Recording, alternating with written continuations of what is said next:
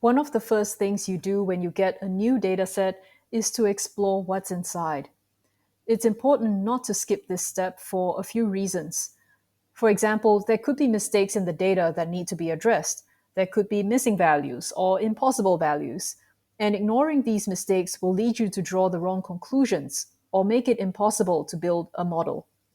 In this video, we will focus on just 4 functions that help us perform a top-level examination of our dataset: info, isnull, describe, and groupby. Other functions that help us understand our data will be covered in subsequent videos. Now let's start off by importing the libraries that we'll need to manipulate and analyze data in Python: Pandas and Numpy. Now, because we don't want to keep typing Pandas and Numpy as we code, we will use the conventional abbreviation, which is PD for Pandas and NP for Numpy. And then we bring in the raw data into Google Colab using the read CSV function. Next, we take a glimpse of what our dataset looks like by using the hit function. So just by looking at the first 5 rows of this dataset, we can see that it's a dataset that tells us about the total revenue at Lobster Land per day, and also how popular the different rides are and eateries are at Lobster Land. Next, we check the data types, and we do this by using the info function.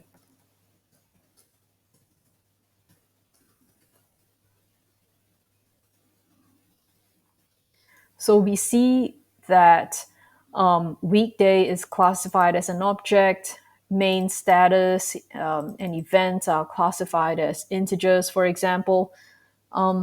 If you haven't read the dataset description, you might wonder what all these numbers stand for, like these numbers under the event variable, for instance. What does 0 stand for? What does 2 stand for? What's 1?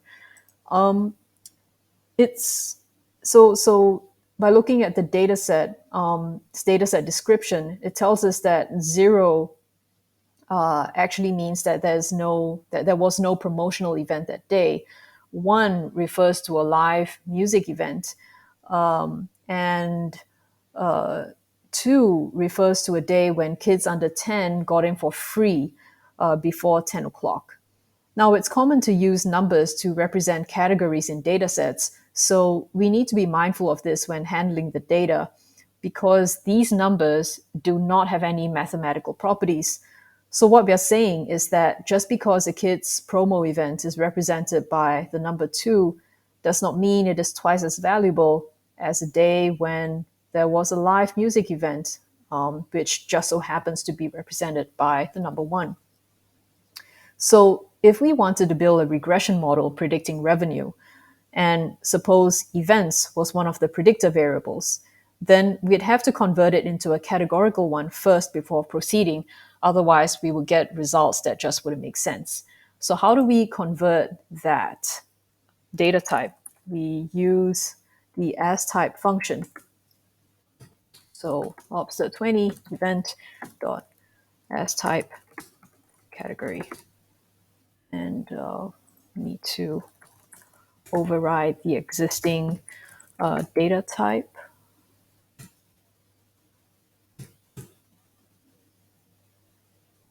Okay. Right. Now let's check the data set again.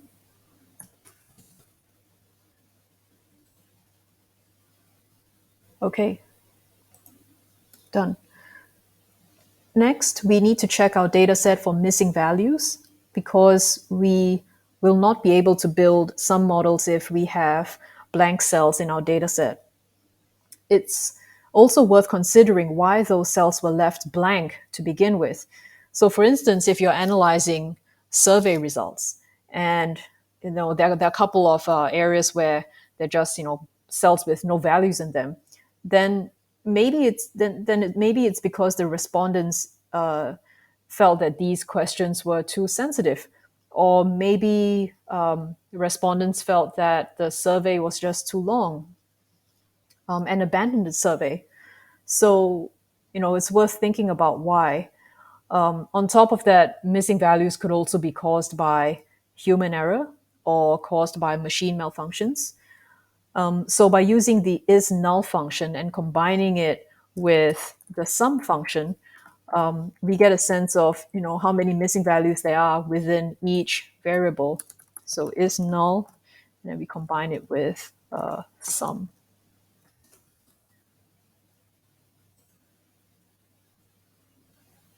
Okay, so there, the, there are no missing values for most of the variables in our data set, except for precipitation, which has 4. So in this case, the next question is, how should we treat those missing values? But this is a topic for another day. We will cover this in another video.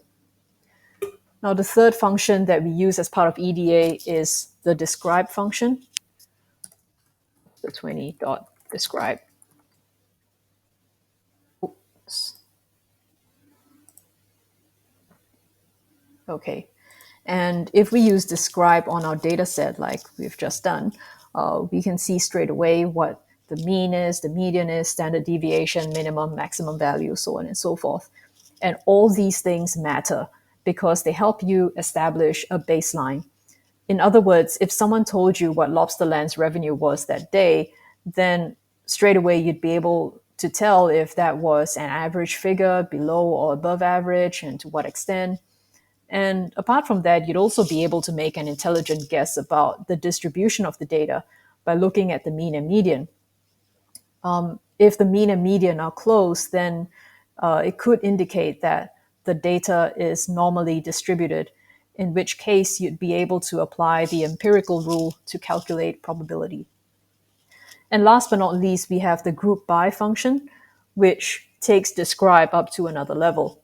So if we wanted to know Lobster Land's revenue, average revenue by the day of the week, then we would use the group by function like this.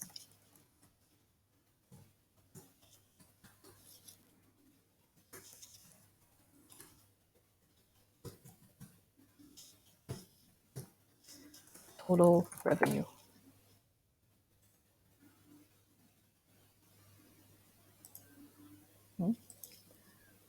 The group by weekday dot mean. Okay. Right.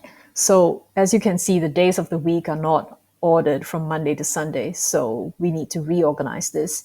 The first thing is to convert this variable to a categorical one.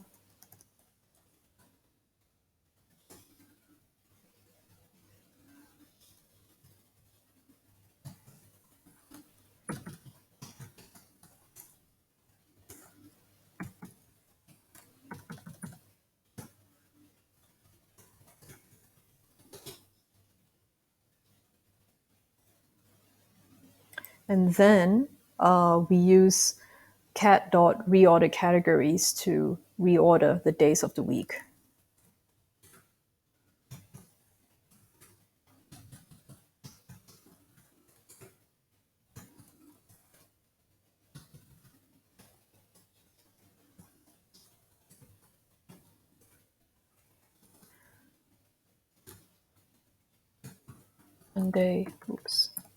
Monday,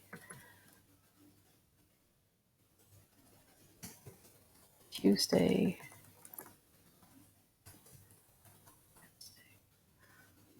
right?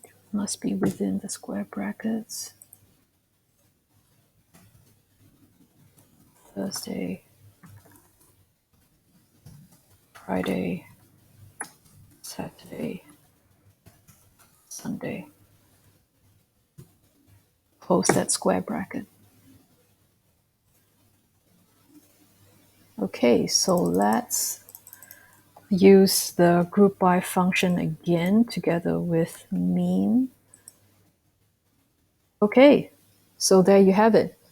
The average revenue at Lobster Land based on the day of the week.